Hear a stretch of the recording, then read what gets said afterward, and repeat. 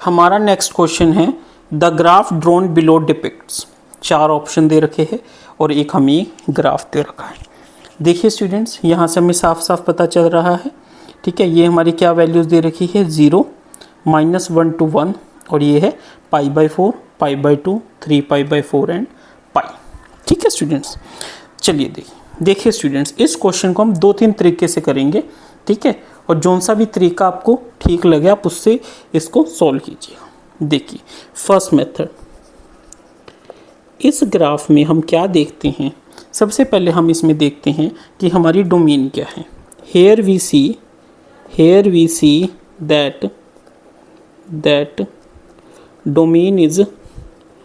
Domain क्या है हमारी, -1 to 1, ठीक है। एंड रेंज क्या है हमारी, रेंज हमारी क्या आ रही है, 0 to π। तो देखिए हमारी ये एनसीईआरटी बुक में गिवन है टेबल, उसमें डोमेन जिसकी -1 to 1 हो और रेंज 0 to π हो, वो किसका होता है फंक्शन, कोस इनवर्स एक्स। तो यहाँ से हमारा सीधा आंसर निकल रहा है y = cos inverse x. But अब देखिए स्टूडेंट्स, अब काफ़ी बच्चों को ये लगेगा सर हमें अगर ये ना याद रहे तो हम क्या करेंगे। कोई बात नहीं स्टूडेंट्स, अब हम इसको कैसे करते हैं। देखिए हमारे पास यहाँ पे क्या है, -1 से 1 है, ठीक है। और इसकी वैल्यू क्या है एंगल की, 0 to π है ना। तो अब ये देखिए कि 0 to π के बीच में -1 वैल्यू किन किन फंक्शंस की आती है और 1 किस किस की आती है। देखिए -1 किसकी आती है, ठीक है, किसकी आती है, कोस ऑफ 180 डिग्री, और एक किसकी आती है, सीकेंट ऑफ 180 डिग्री, है ना स्टूडेंट्स। और किसकी आती है हमारी वैल्यू, देखिए ध्यान से यहाँ पे देखिए, साइन ऑफ π/2, और किसकी आएगी, कोस 0 की आ जाएगी, और साइन के करस्पॉन्डिंग किसकी आ जाएगी, कोसिकेंट की आ जाएगी, और कोस के करस्पॉन्डिंग किसकी आ जाएगी, सीकेंट की आ जाएगी, और किसकी आ जाएगी हमारी, साइन कोस टेंजेंट की आ जाएगी।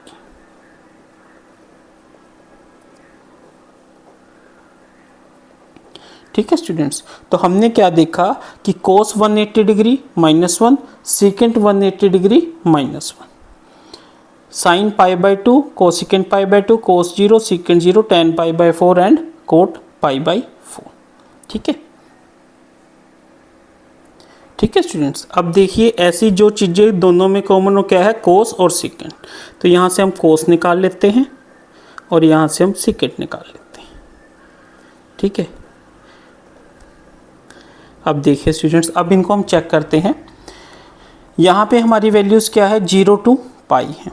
ठीक है, अब देखिए हमारा जो कोस π/2 क्या है, 0, ठीक है, बट सीकेंट π/2 क्या आएगा, इन्फिनिटी। तो इट मीन्स हम सीकेंट की वैल्यूज़ को नहीं ले सकते। तो यहाँ से हमारे पास सिर्फ कौन सी वैल्यू आएगी, कोस 180 डिग्री एंड कोस 0 डिग्री, है ना।